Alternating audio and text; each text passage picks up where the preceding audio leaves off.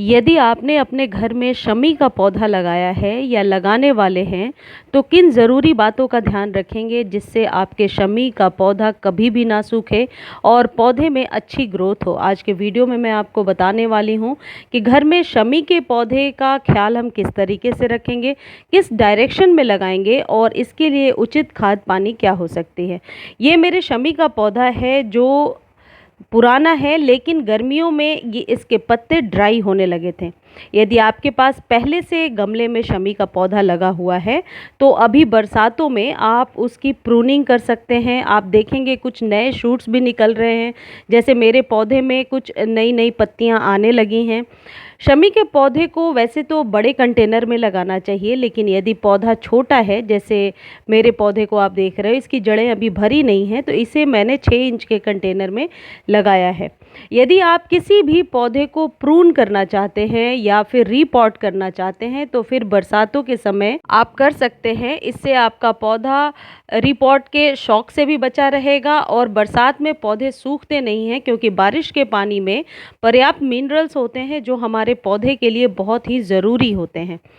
अब यदि शमी के पौधे की बात करें तो ये पौधे रेगिस्तान में होने वाले पौधे होते हैं, डेजर्ट एरिया में होते हैं, यानी इन पौधों को वेल ड्रेन सॉइल के साथ साथ ऐसी जगह पे आपको लगाना है जहां धूप 3 से 4 घंटे की मिले, लेकिन वाटरिंग डेली नहीं करनी है।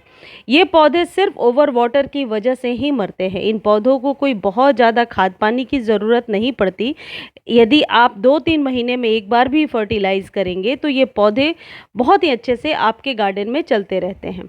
सबसे पहली टिप ये है कि यदि पौधे की पत्तियां थोड़ी ड्राई हो गई हैं तो उन्हें हाथों से, हल्के हाथों से आप हटा दें, जैसे मैं हटा रही हूँ, क्योंकि ये ड्राई लीव्स फिर फंगस को क्रिएट करती हैं और इससे नए पौधे को लेने में, नए स्टेम को लेने में दिक्कत होती है।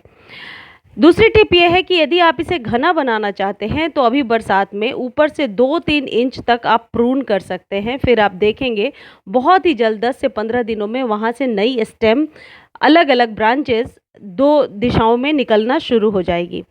जहाँ तक इसके फर्टिलाइजेशन की बात है, कभी भी ओवर फर्टिलाइज नहीं करना है और बहुत ज़्यादा कोई केमिकल खाद देने की ज़रूरत नहीं है। देखिए, ये है leaf compost, dry leaf compost आसानी से आपको नर्सरी पर मिल जाएगा। मैं वीडियो में आगे बताऊंगी कि इसको घर पे आप किस तरीके से बना सकते हैं। ये पत्तों से, ड्राई पत्तों से तैयार किया गया कंपोस्ट होता है जो ऐसे लीफी प्लांट के लिए बहुत ही ज़्यादा कारगर होता है। ये पौधे में एक ऑर्गेनिक तरीके से, नेचुरल तरीके से नई स्टेम को लेने में हेल्प करता है। यदि आपके पौधे में फंगस की समस्या है तो 1 मुट्ठी आप नीम खली ज़रूर डाल दें, क्योंकि फंगस की वजह से इसकी पत्तियां सिकुड़ने लगती हैं और पौधा जो है मरने लगता है। अब आपको करना क्या है, यदि आपके गार्डन में लीव्स ड्राई हो जाते हैं जो आप कट कर देते हो, हम सभी गार्डनर करते हैं कि जो पत्ते सूख गए हैं उन्हें कट करके निकाल देते हैं। उन पत्तों को आप इकट्ठा कर लीजिए, उन्हें कभी भी ना फेंकें। अब इन पत्तों को आप छोटे छोटे टुकड़े बना लीजिए और 3-4 दिनों तक ऐसे ही छोड़ दीजिए। आप देखेंगे ये पत्ते बिल्कुल ड्राई हो गए हैं। यदि बारिश नहीं हो रही है तो इन पत्तों में मॉइस्चर भी नहीं लगेगा और ये बिल्कुल सूख जाएंगे। अब इन्हें आप चाहें तो हाथों से मसल के भी डाल सकते हैं या मिक्सी में एक बार चला लीजिए और 1 चम्मच नीम खली के साथ मिला करके आप अपने शमी प्लांट को दे दीजिए। ये जो पत्तों की खाद होती है, ये आपके पौधे के लिए बहुत ही अच्छा फर्टिलाइज़र है। जो पत्ते आप बेकार समझकर फेंक देते हैं, अब आप उनसे खाद बनाकर देखें, अपने पौधों में डालकर बहुत ही अच्छा काम करता है। अगली जो चीज़ है वह है एप्सम सॉल्ट। एप्सम सॉल्ट तो हर एक महीने आपको अपने सभी पौधों को दे देना चाहिए, 1-1 चम्मच। 1 चम्मच से ज़्यादा नहीं देना। यदि 6 से 10 इंच के बीच का कंटेनर है तो जितना क्वांटिटी आप मेरे हाथ में देख रहे हैं, आपको इतना ही 1 चम्मच ही देना है। इससे क्या होता है, एक तो पौधा फंगस फ्री रहता है। यदि आप नीम खली डालना भूल भी जाते हैं तब भी आपके पौधे को ये इम्यूनिटी दे देता है और फंगस से बचाता है, नई स्टेम लेने में, नई पत्तियां लेने में हेल्प करता है और एक तरीके से जो ग्रीन लीव्स होती हैं उनमें फोटोसिंथेसिस के प्रोसेस को तेज कर देता है, यानी प्रकाश संश्लेषण तेज करता है, जिससे पत्ते लश ग्रीन निकल करके आते हैं। तो यदि शमी का पौधा आपने ज़मीन में लगा रखा है तब भी सेम प्रोसेस को फॉलो करना है, और यदि आपने गमले में लगा रखा है, गमला छोटा हो या बड़ा हो, उसके अकॉर्डिंग आप खाद की मात्रा बढ़ा घटा सकते हैं।